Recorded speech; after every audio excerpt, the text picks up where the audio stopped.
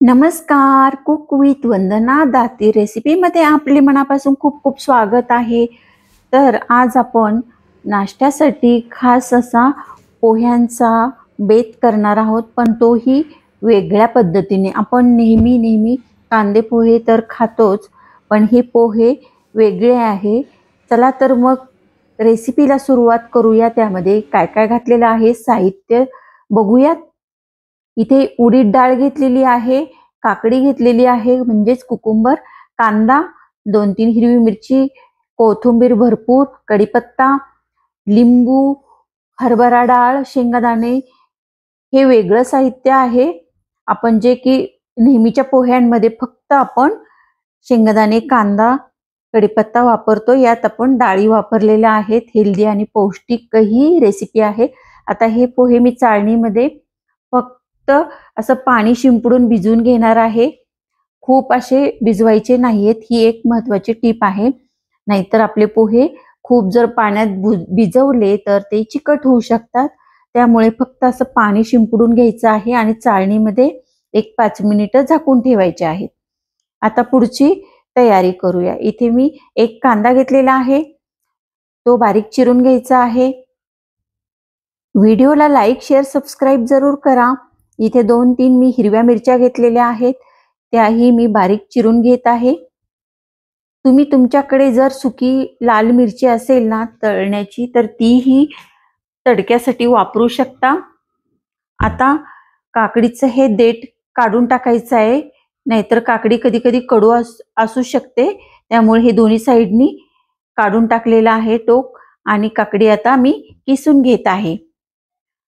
खूप छान टेस्ट लागते आणि नक्की करून बघा, आणि व्हिडिओला लाईक, शेअर, सबस्क्राईब जरूर करा. ही अगदी वेगळी रेसिपी आहे, कुकुंबर पोहा. आता हे असं किसून घेतलेली आहे काकडी. अशी पोह्यामध्ये ही काकडी खूप अशी दाताखाली क्रंची लागते. खूपच खमंग अशी रेसिपी आहे, नक्की ट्राय करा. इथे मी पॅन मध्ये एक साधारण 2 चमचे तेल घातलेलं आहे. खूप टेस्ट चांगली लागते. तेल चांगलं गरम होऊ द्यायचं आहे. त्यानंतर फोडणीसाठी मोहरी, जिरे चांगले तडतडून द्यायचे आहेत, म्हणजे आपली फोडणी छान अशी खमंग होते.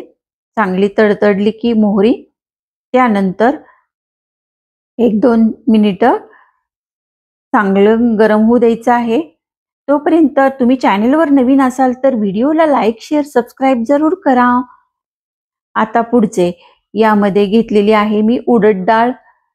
अजूनपर्यंत पोह्यांमध्ये उडीद डाळ वापरलेली नाही कोणीही, एकदम नवीन रेसिपी आहे. तुम्ही या पद्धतीने नक्की करून बघा. हरभरा डाळ घातलेली आहे, पौष्टिक पण आहे, आणि अशी दाताखाली हरभरा चणा डाळ ही मस्त कुरकुरीत लागते. शेंगदाणे घातलेले आहेत, क्रिस्पी होऊ द्यायचे आहेत. हिरवी मिरची, त्यानंतर हे चांगलं परतून घ्यायचं आहे 1 मिनिटभर.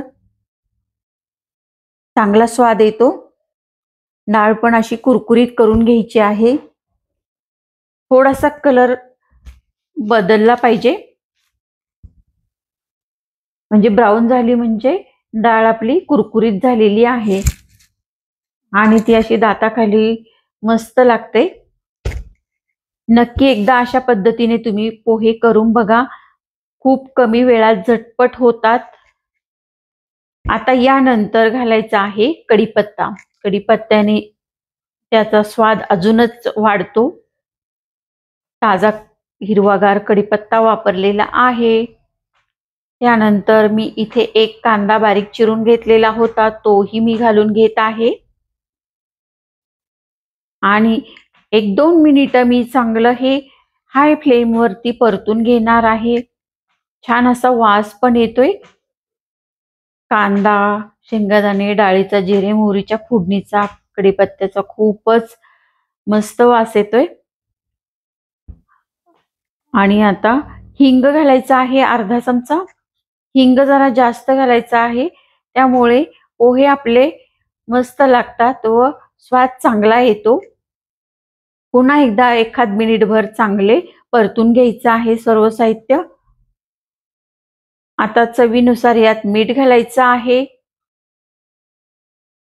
आणि पुन्हा चांगलं मिक्स करून घ्यायचं आहे. व्हिडिओला लाईक, शेअर, सबस्क्राईब जरूर करा, म्हणजेच अशाच हेल्दी पौष्टिक रेसिपी तुम्हाला बघायला मिळतील. अर्धा चमचा साधारण साखर घातलेली आहे चवीसाठी. त्यानंतर ही किसलेली काकडी मी घालून घेत आहे आणि ही चांगली अशी परतून घ्यायची आहे. वरनं कोथिंबीर घातलेली आहे आणि आता हे भिजवलेले पोहे बघू शकता किती मोकळे मोकळे झालेले आहेत. अजिबात चिकट झालेले नाही. अशा पद्धतीने पोहे तुम्ही भिजवून नक्की करून बघा आणि कसे झाले तुमचे पोहे कमेंटद्वारे मला नक्की कळवा.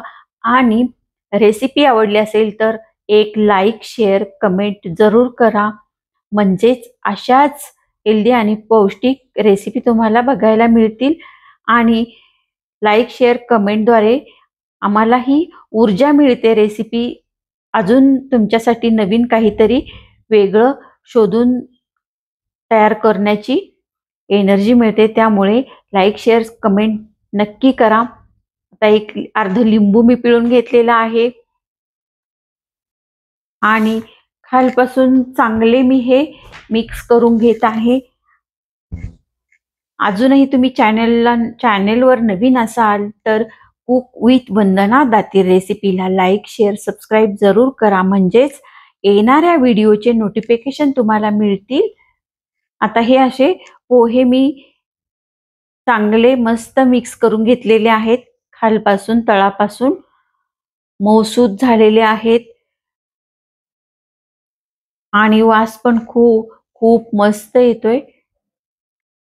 खमंग कुरकुरीत असा काकडीचा स्वाद. झाकण ठेवून एक 5 मिनिटं वाफ येऊ द्यायची आहे. ते झाकण बसलं नाही म्हणून मी हे दुसरं झाकण घेऊन ठेवलेलं आहे. 5 मिनिटांनी आपण चेक करूया. छान वाफ आलेली आहे. आता हे कुकुंबर पोहे खाण्यासाठी रेडी आहे. कशी वाटली रेसिपी कमेंटद्वारे नक्की कळवा आणि हो, व्हिडिओला लाईक, शेअर, सबस्क्राईब करायला विसरू नका आणि आपल्या मित्रमैत्रिणींनाही शेअर करा. गरम गरम वाफाळणारे पोहे पावसाळ्याच्या दिवसामध्ये हे एकदम ब्रेकफास्टसाठी भन्नाट आणि पौष्टिक हेल्दी रेसिपी आहे. तसेच झटपट होणारी आहे. एन्जॉय.